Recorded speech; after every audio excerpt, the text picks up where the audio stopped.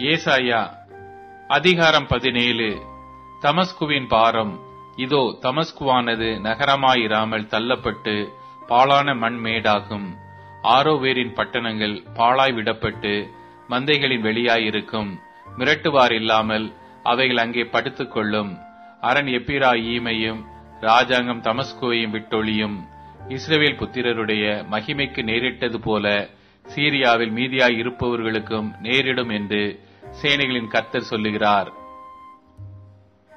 அக்காலத்திலே யாக்கோபின் மகிமை குறைந்து போம், அவனுடைய கொழுத்த தேகம் மெலிந்து போம்.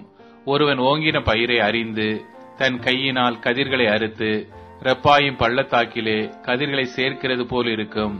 ஆனாலும் ஒலிவ மரத்தை உழுக்கும் போது நுனிக்கொம்பிலே 2-3 காய்களும் காய்க்கிற அதன் கிளைகளிலே 4-5 காய்களும் மீதியாய் இருப்பது போல அதிலே பின்பறிப்புக்கு கொஞ்சம் மீதியாய் இருக்கும் என்று இஸ்ரவேலின் தேவனாகிய கர்த்தர் சொல்லுகிறார்.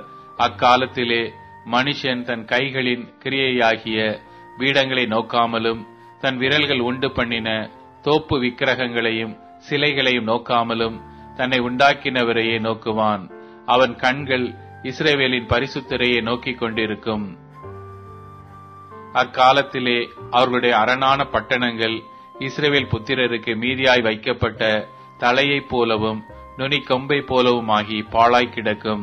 உன் பலமாகி கண்மலையை நீ நினையாமல் உன் இரட்சிப்பாகிய தேவனை மறந்தாய். ஆதலால் நீ நேர்த்தியான நாற்றுக்களை நட்டாலும் அந்நிய தேசத்து கன்றுகளை வைத்தாலும் பகற்காலத்திலே உன் நாற்றை வளரவும் விடியற் காலத்திலே உன் விதையை முளைக்கவும் பண்ணினாலும் பலனை சேர்க்கும் நாளிலே துக்கமும் கடும் வேதனையுமே உங்கள் அறுப்பாயிருக்கும்.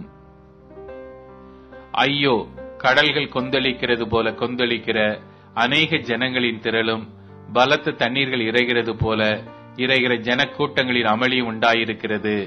ஜனக்கூட்டங்கள் திரளான தண்ணீர்கள் இறைகிறது போல இறைந்தாலும் அவர்களை அவர் அதட்டுவார்.